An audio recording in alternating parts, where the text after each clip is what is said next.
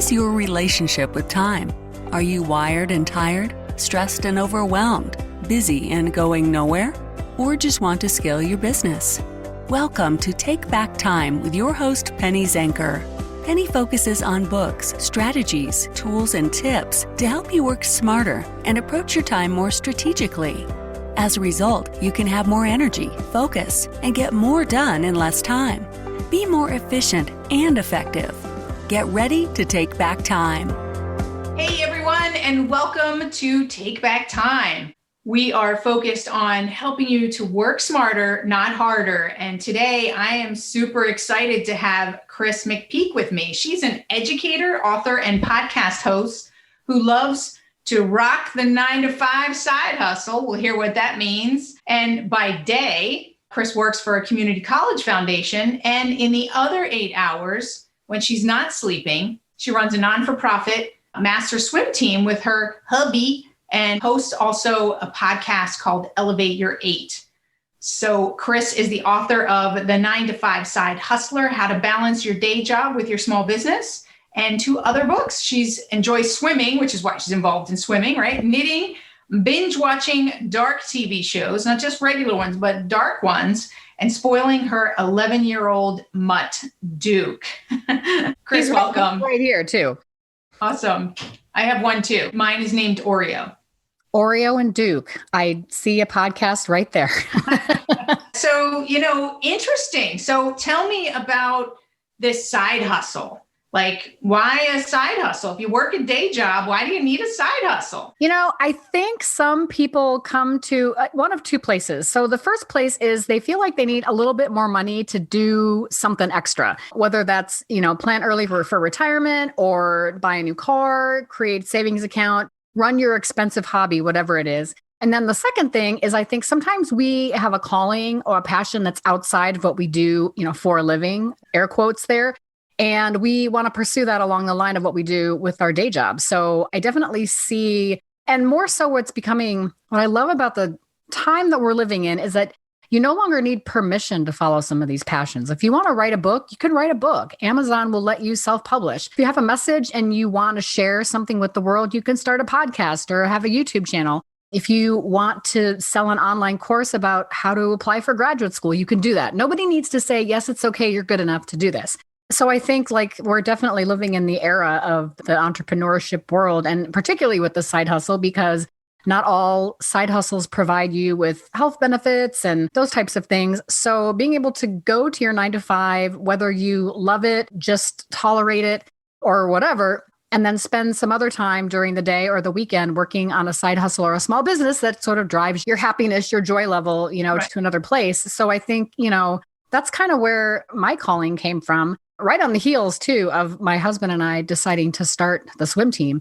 So that was a group thing that we started together. But then there was part of me that's kind of like, I want to do something extra in addition to that. And that's where I got the idea first to write my first book. And then the podcast came after that.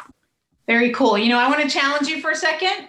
Yeah. People talk about this. I'm all about residual income and finding ways to earn money, whether it's in your business, outside of your business, Sure, right? Or do things that you're passionate about. I don't like the expression. What's the side hustle? Does it have to be a hustle? Hustle doesn't have I don't know. It's got not the best. You are absolutely right. And I will say that I get a lot of pushback on that. And here's where I'm coming to connect with the word side hustle, or in this case, the book is Side Hustler, the 9-to-5 Side Hustler.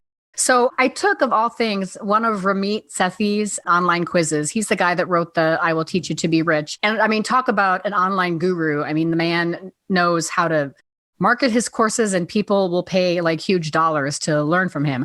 But I took one of his free quizzes that was kind of what kind of small business should you start?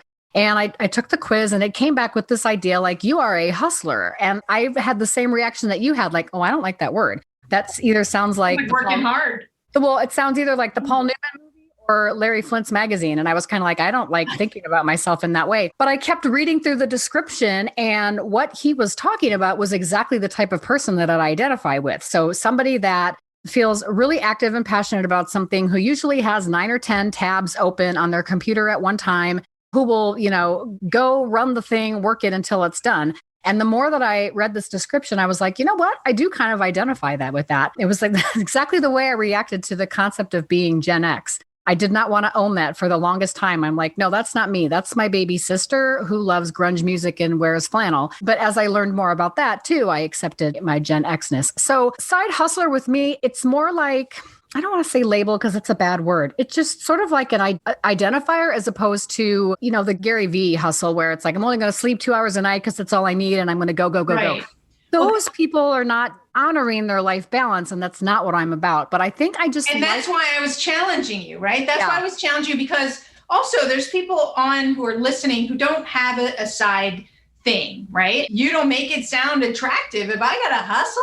Sure. Like you said, like the Gary Vee sleep 2 hours a night type of thing. Like, no, thank you. So anyway, I get it. I just wanted to make sure that you made it clear for other people that it's more about a side driver. It's really more about, it's about a small business as opposed to anything else. But there's something about just saying side hustler that feels active, feels exciting. Right. But your point is well taken. And it's something to think about because haven't rebranded yet, but. Well, maybe when you do, something to think about in terms of making it feel and sound more attractive for those who aren't already doing it, right? Definitely less scary. Less scary. Right. So here you said you're all about work-life balance, right? Mm-hmm. So how does one have work-life balance when you've got 2 jobs and a family and a non-for-profit and what else you got going and a sports team that you're... Yeah, well, exactly. And that's a good question too. I think it's all about prioritizing what you're going to get done in those other 8 hours that you're not sleeping or working your day job. And what I've come to be very aligned with is understanding and knowing and being able to count on exactly how long it takes me to do certain things. And not being one of those people that says, it takes me 2 hours in the morning to get ready for work. Well, are you really getting ready for work, or are you scrolling through your phone for 45 minutes before you actually get your ass out of bed? Are you eating breakfast, or are you eating breakfast while you watch a 30-minute news show? Things like that. What we do in the world of multitasking, which as we know is really, there's no such thing as multitasking. We switch task. But I think all of those extra things that we lump in and we don't even think about is where we're wasting a lot of time. And I don't like to do that. I like to be able to say, like, I know I can get my shower done in 7 minutes and I can be dressed and have a little bit of makeup on in another 5 and, be out the locker room. I know what my commute is like. And even in LA, which I know it's hard to count on traffic here, but I'm very confident in being able to say I can get to and from work in 20 to 30 minutes and making use of time, being able to, so while I'm doing my commuting, I'm also engaging in my professional development and my learning because I love to listen to podcasts and I love to listen to audiobooks and things like that. So I'm really doing the best that I can. And I try to empower other people's too, to not waste time, to not fall down the black holes, not get sucked into the 45-minute Instagram scroll or the Facebook suck, those types of things. And if you say like during this time of the day, from 6 to 7 on Mondays and Wednesdays is when I'm going to sit down with my hubby and we're going to work on things for the swim team. From 7 to 8 on these nights of the week, I'm going to do my social media planning. I'm going to work on my email list. I'm going to build a new course, something like that. So I have these slots on different days of the week where I do certain parts of my businesses, either myself or with my hubby. And then with the other time is when, work into engaging in the things I like to do, like binge watching the dark shows. And what I've come to realize too, way back in the day when I just had one job, I was this crazy movie buff and I was a serial theater jumper. I would see 2 and 3 movies in a weekend. And I did that every week. And I did that every week for probably 10 or 12 years. That was my weekend. I mean, that was my entire hobby downtime. Was seeing movies. And then I started running in my early 40s, competing in marathons and half marathons. And so now it's like I'm seeing fewer movies because I'm training. And then when we actually wound up, I broke my foot right around the time that we really got big into the swim team. So I obviously wasn't running. And so now I'm spending more of that time working on these small businesses. And so I find as I'm proceeding through the years, the things that are important to me are changing.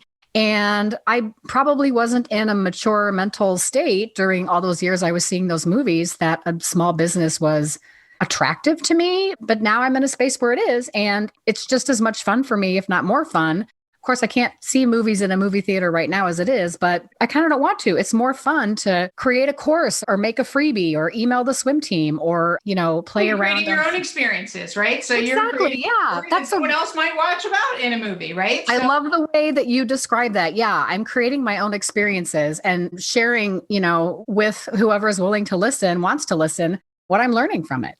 It's interesting. I think that what I'm hearing, to back up a little bit, is it sounded like, you still have time to do those other things that are downtime. You still binge watch your dark shows or whatever, and you still get all this other stuff done, right? So it's not like people feel like, I won't have any free time. It's really just, it sounds like that you have more purpose.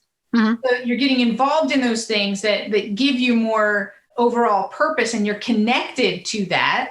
Yes. And therefore, that makes you want to do things more effectively and efficiently. So you have time for that purpose. And then you also have time for the downtime. I could not have said that better myself, Penny. You nailed it. That's absolutely it. Yeah.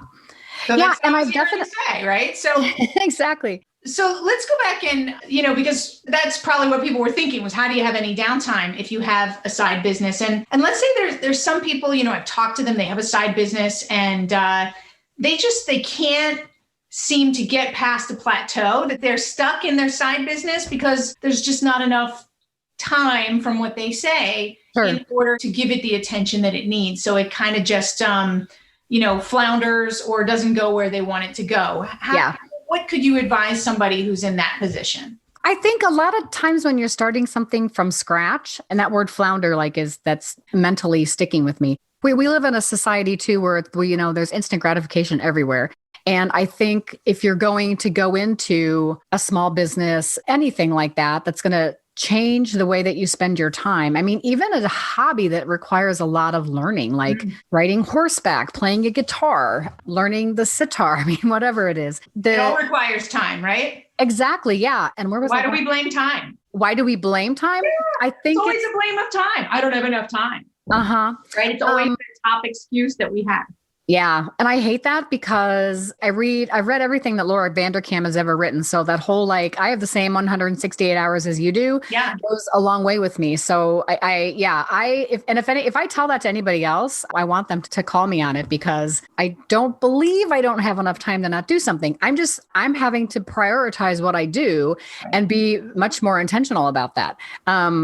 And so the concept of starting something from scratch, learning something new, you have to be prepared to know that you're not going to go from picking up guitar to being Eddie Van Halen in a week's time. This is a marathon, not a sprint. We've heard that expression a dozen times. I'm not making enough money on either side to leave my day job. But at the same token, I don't really want to leave my day job. I'm really happy with what I do from 8 a.m. till 4:30 in the afternoon. I have this passion for this other thing that I can work in now. So I'm not in a hurry. I'm really happy doing what I'm doing. And so I don't feel, you were really right to challenge me on the word hustle because it's not the mentality that I have. You're not hustling. You've got drive. Yeah. I love that. Yeah, that's perfect. I have drive and I have purpose. The purpose is, I think I really like the way that you said that.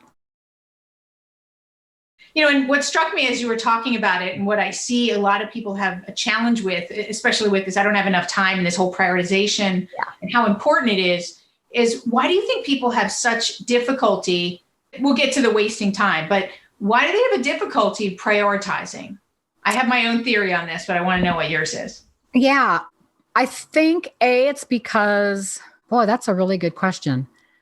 Because we sometimes don't know what's important to us.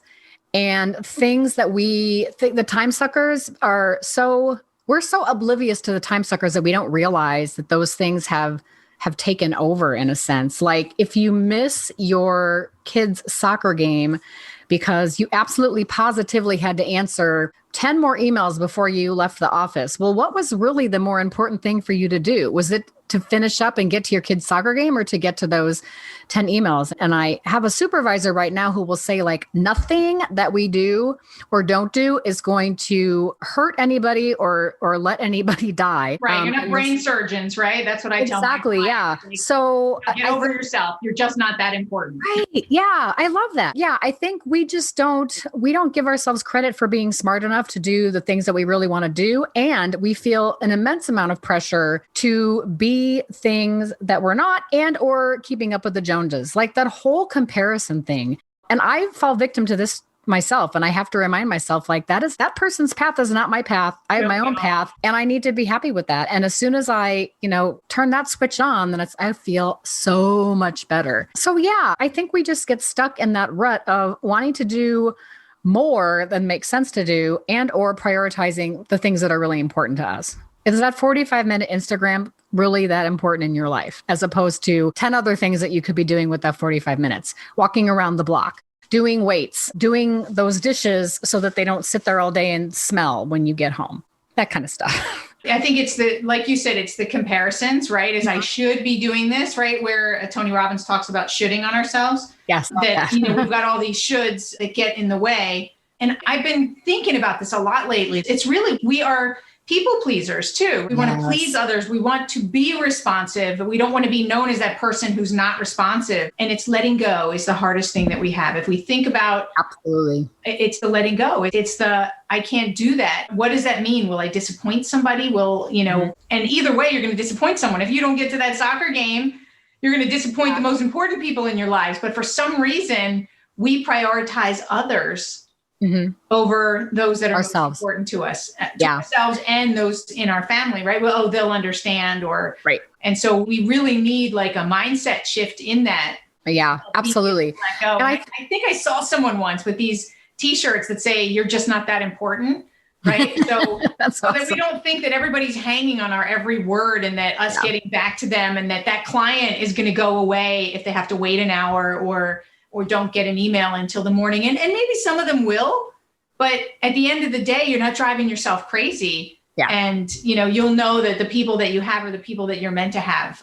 Exactly. That you're meant to have. So exactly. I think it's just really finding a way to let go of what we can't do. And totally. And not feeling like we have to do everything by ourselves, especially at the day job. It's not going to get done if I don't do it. It's not going to get done right. And trusting that you have the capability to help someone else on your team, assist you with a project, teach a skill to somebody else so that they can participate with you. And there's so many things that we can do in the workplace to get things off of our plate that aren't hurting ourselves and not putting a lot of work on somebody else. But maybe because you taught your administrative assistant to do this one task to help you out, now they've got a skill that they didn't have before, and you've just helped them in their professional development. And when I get to do that, I get so excited, because that's something I really thrive on, is knowing that if I'm responsible for someone's professional development, I want to be all in on that. So it's not just telling them like, "Oh, you're great because you came to work on time, every day this week," and crap like that. I want to be able to say like, "Yeah, I was really impressed that you took the time to help me with that project by learning this database," and stuff like that. So I think we don't do enough of that in the workplace, especially as managers. Absolutely. We don't give people the recognition that they need. We don't invest in their self-development. Yeah. And we don't delegate well enough, right? That's a big problem, is that we either dump it and just say it's out of our hands, let them figure it out, or we're like a micromanager, and then we're like, so we definitely need some guidance on the delegation. I do have to tell you that it's like my favorite thing to do, and I try to do it first thing in the morning as my morning routine, is to delegate something, because I love that. Does that feel at the end of the day when I got done not only what I had to do, but what someone else do for me to advance whatever it is I'm working on. So in your morning routine, you plan in your head that you're going to delegate something to somebody on your team or in your life. Yeah. That's really cool. Right? I love that. Yeah. And I'm not as consistent. I'm working on making that like an everyday thing, because it takes preparation to delegate. Yeah. Right. Absolutely. So, you have to be ready and know who you're going to delegate it to, what exactly you're going to delegate. And as I said, not dump it. So I need to also be clear as to what my objective is, what I want back and all that. Yeah. Or like my hubby will say, he's like, "Don't fast food this, Kris. Like, if you're going to do it right. And if you can't do it right, give it to somebody else who will, or tell me so that I don't put that expectation on you." Right. Yeah, I know. Drive-by. I know when something's important to him with the swim team, when he'll say to me, "Please don't fast food this." I'm like, okay, I got it. Awesome. So I ask every guest this, and I'd like to hear what your definition of productivity is and why. Oh gosh, that's a really great question. I think productivity is making the very best use of your time within the framework of finding joy, stabilizing joy, and doing the things that you know that you were put on this planet to do. I'm productive when I'm helping a student at my day job. I'm productive when I'm supporting my husband, working with his coaches. I'm productive when I'm focused on an activity that I know I'm good at and that makes me happy. That's probably not a very good definition. So, well, what I'm hearing is you say you're productive when you're doing something of a higher purpose.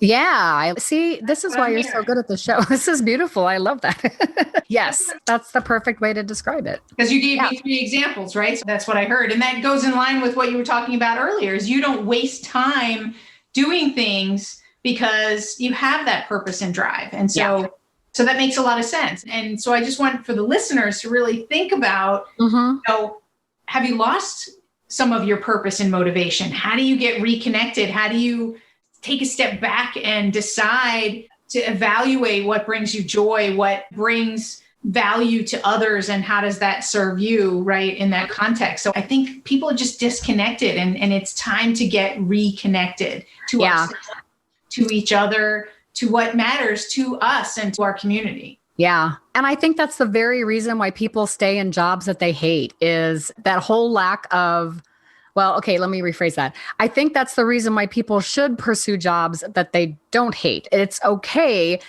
to change your vocation if it's not bringing you joy or you're not using your talents. And I've always tried to tell students, like, don't be a pre-med student because your parents want you to. If you hate chemistry, well, guess what? You are not going to make it to medical school. So you need to figure that shit out for yourself. And, 25 years in higher education has definitely taught me one thing.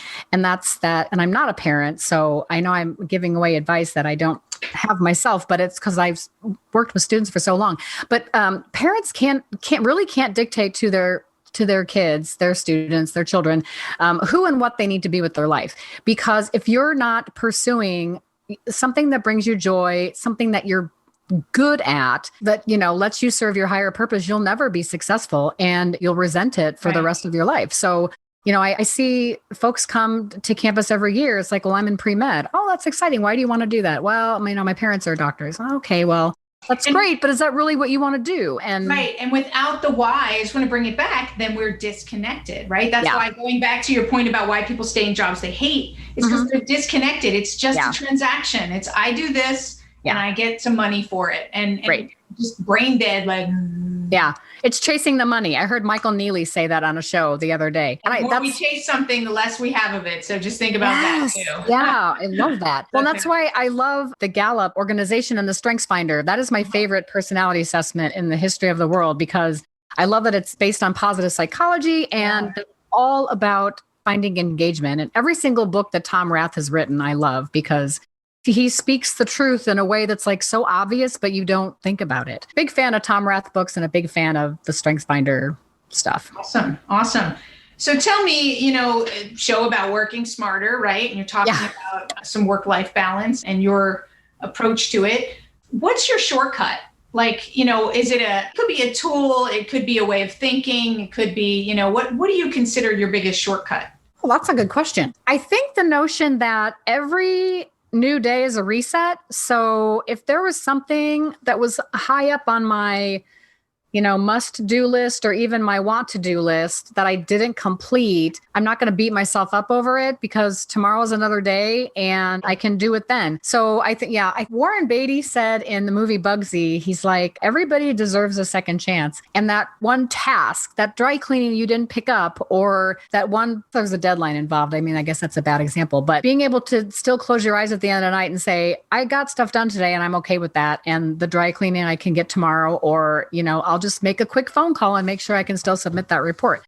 But I think the things that we absolutely positively know we have to get done, we're going to get that done. And whether it is that we do that Parkinson's law thing where it's like, I'm going to gut this out for the month that it takes till it's due, or I'm going to finish it in the hour before it's done. Well, okay, it's done. And you can check that off. And again, lay your head on the pillow at night knowing that I got done what I needed to get done today. One of the shortcuts that I use to help me with that sort of just being present with what I did get done, like you said, is there's always going to be things on that to-do list that you didn't do, right? It is longer than, the day always has, hours or minutes. So I started to write down daily wins.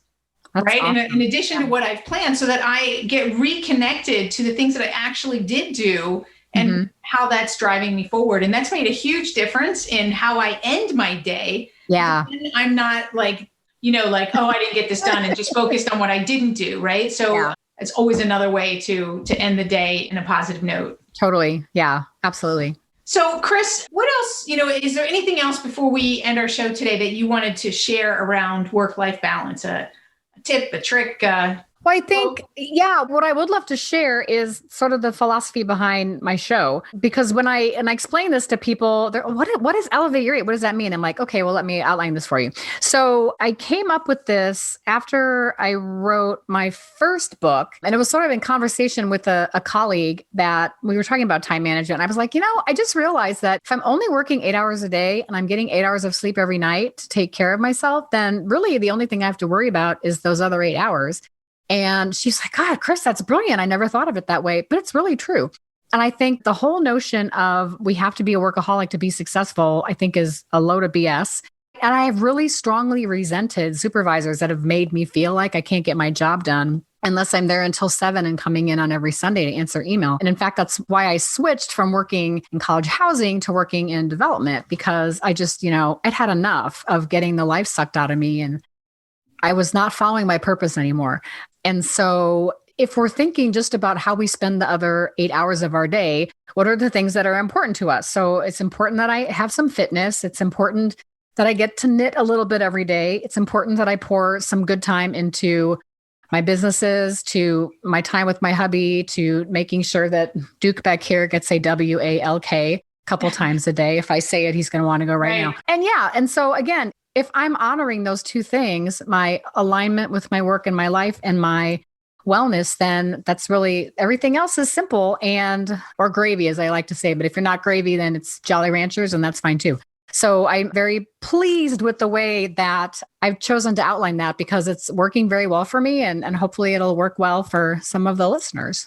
Yeah, I love that. I love that because, if I step back and think about that, right? If you're as purposeful, so many times in people's day jobs, they have a system that they work with. Maybe they time block, they have meetings and they plan their work, right? And sometimes we, for whatever reason, strategies are cross-contextual, but for whatever reason, we don't plan what's important and to us, in our private life. And 8 hours, having 8 hours a day, if you look at it like that, like that's a lot of time. Yeah. And if you do the math and you work through the week, like if you do it as a 168 hours a week thing, by the time you've added it all up, like after you've done with your 40 hours a week of work and it's not 40 hours, whatever it is, hours of sleep, it's like you have 3 full days worth of time to do other stuff. And if you put it in those contexts, it's like nobody should be complaining about not having any time to do anything. The reason you don't is because you're wasting your time and you're not prioritizing it because you're stuck in those other time sucker things. And I use the Instagram scroll an example a lot, but it's really, I think people would be appalled if they could really track how much time they're spending with their face in their phone. I think we should cut off everybody's finger. Yeah.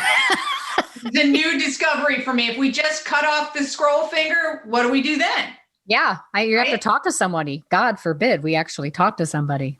That would just ruin everything. Well, Kris, thank you so much for being here and sharing, your tips and your wisdom. Where can people find out more about you and about your podcast? Sure. They can go to elevateyour8.com, and they can also find me at krismcpeak.com. That's Kris with a K.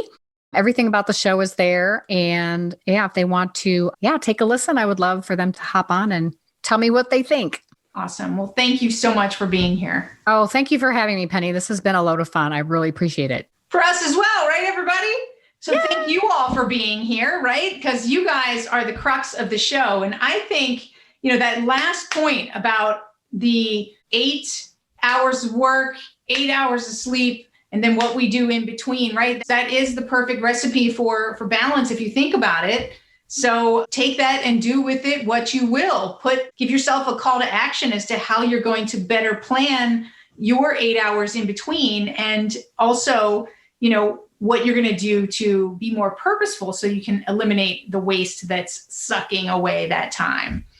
So thank you all. My name is Penny Zenker, and this is Take Back Time. We'll see you in the next episode.